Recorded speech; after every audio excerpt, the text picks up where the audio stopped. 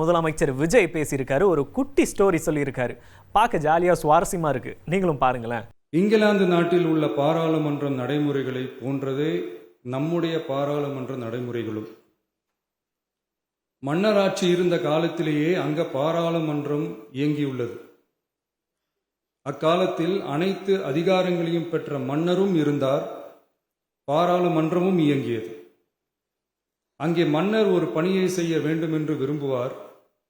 பாராளுமன்றம் அவருடைய விருப்பத்தை பெரும்பாலும் நிராகரிக்கும். மன்னர் விரும்பிய காரியத்தை பாராளுமன்றம் நிராகரித்து விட்டது என்கிற செய்தியை மன்னருக்கு சொல்ல வேண்டியவர் பாராளுமன்ற தலைவர், ஸ்பீக்கர் என்பார்கள். அந்த ராஜ்யத்தில் உள்ள எந்த பிரஜைக்கும் மரண தண்டனை விதிக்கும் அதிகாரம் மன்னருக்கு உண்டு. தான் விரும்பியதை பாராளுமன்றம் நிராகரித்து விட்டது என்று சொல்லும் ஸ்பீக்கருக்கு மரண தண்டனை விதிக்கும்படி ஆணையிடுவார். தலையை வெட்டி விடுங்கள் என்று ஆணையிடுவார்கள்.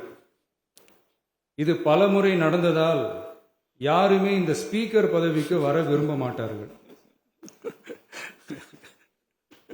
எனவே புதிதாக பாராளுமன்றம் அமையும் போது ஸ்பீக்கர் பதவிக்கு ஒருவர் அறிவிக்கப்பட்டவுடன் அவர் உடனே தலை தப்பித்தால் போதும் என்று ஓட்டம் பிடிப்பார்.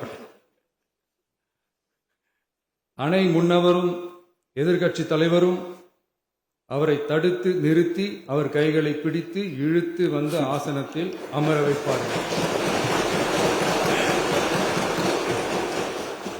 இதுதான் அந்த காலத்தில் இருந்து வந்த மரபு.